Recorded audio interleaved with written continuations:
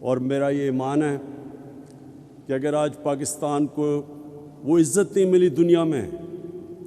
اگر پاکستان کا وہ مقام دنیا میں نہیں ہوا جو ہونا چاہیے تھا، اس کی وجہ یہ تھی کہ جس نظریے کے تحت پاکستان بنا تھا اس نظریے پہ ہم نہیں چلے۔ جو قوم اپنے نظریے سے ہٹتی ہے وہ کبھی کامیاب نہیں ہوتی۔ جو انسان اپنے نظریے سے ہٹتا ہے وہ بھٹک جاتا ہے، اور ہمارا نظریہ مدینہ کی ریاست کا نظریہ تھا۔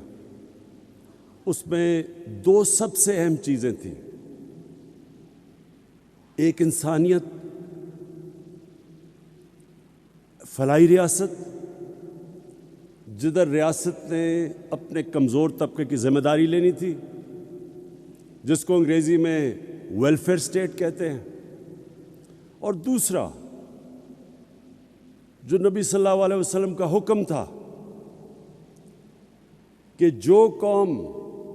طاقتور چور کو چھوڑ دیتی ہے اور کمزور چور کو جیل میں ڈالتی ہے وہ تباہ ہو جاتی ہے،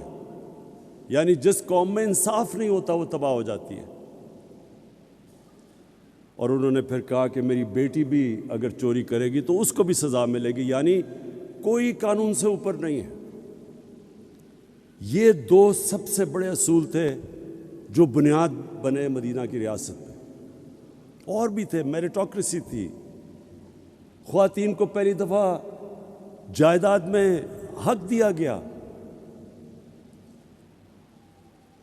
غلاموں کو انسانوں کی طرح حکم دیا رکھنے کا، کوئی کسی کے اندر، سب انسان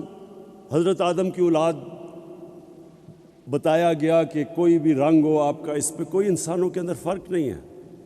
اور پھر رحمت اللہ عالمین نے انسانوں کو اکٹھا کیا، انسانیت کا پیغام دیا کہ سب انسانوں کو تقسیم نہیں کیا،